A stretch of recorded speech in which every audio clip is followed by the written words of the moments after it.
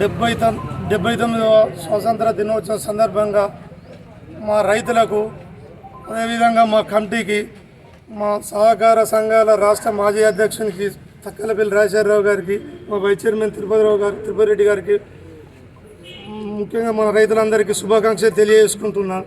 అదేవిధంగా ఈ కాంగ్రెస్ ప్రభుత్వం నిన్నటికి మా కమిటీ పాలన లాస్ట్ డేట్ అయిపోయింది. మళ్ళీ 6 నెలలు పొడిగించినందుకు ఇదే కాంగ్రెస్ ప్రభుత్వానికి ధన్యవాదాలు తెలియజేసుకుంటున్నాను. ఈ కార్యక్రమానికి వచ్చిన ప్రతి ఒక్కరికి చేతులెత్తి నమస్కారం తెలియజేసుకుంటున్నాను. దినోత్సవం బ్రహ్మాండంగా కూడా జమ్మికుంట సహకార సంఘంలో జరుపుకోవడం జరిగింది.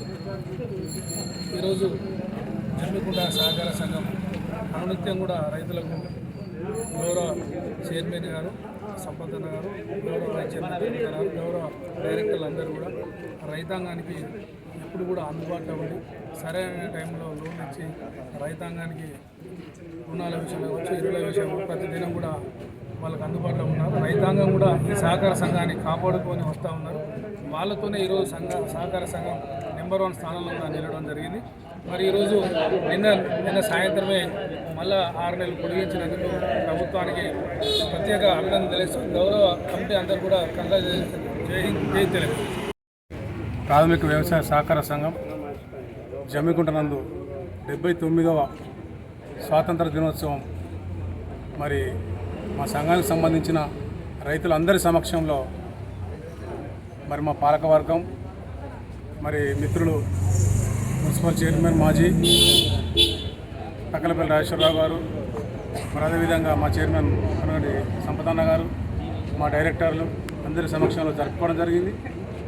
మా యొక్క పాలన గతంలో 6 నెలలు పొడిగించడం జరిగింది.